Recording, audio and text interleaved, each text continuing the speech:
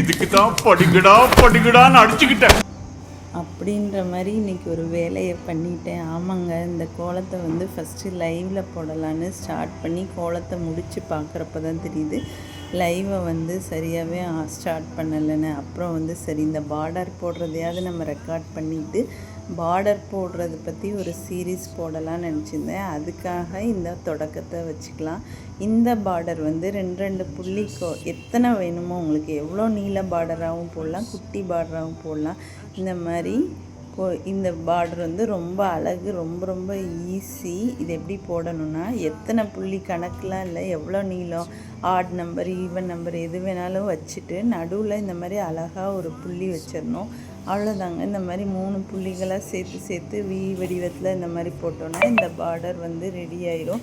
இது வந்து ரொம்ப ஈஸி. போட்டோன்னே கோடு கோடாக இருக்கிறதுனால ரொம்ப அழகாக நம்ம கோலத்தை எடுத்து காமிக்கும். இது மாதிரி 4 பக்கமும் இந்த பார்டரை போட்டு முடிச்சிட்டா நம்ம கோலம் வந்து இன்னும் அழகாக தெரியும். வீடும் வாசலும் நல்லா அழகாக நிறைஞ்சு போயிடும்.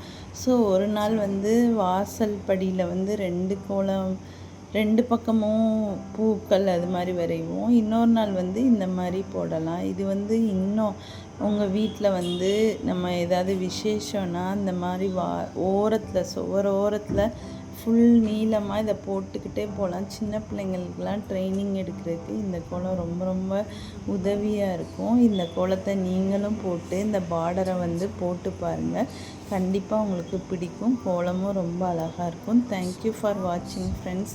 இது மாதிரி உங்களுக்கு இன்னும் பார்டர் கோலம் நிறையா வரணுமா, அப்போ மஹி கோலங்களை சப்ஸ்கிரைப் பண்ணிக்கோங்க. உங்களுக்கு இந்த கோலம் பிடிச்சிருந்தா அதை கமெண்ட்ஸில் சொல்லுங்கள். தேங்க்யூ ஃபார் வாட்சிங் friends. So freaking cute sometimes, yeah. Such drama queen.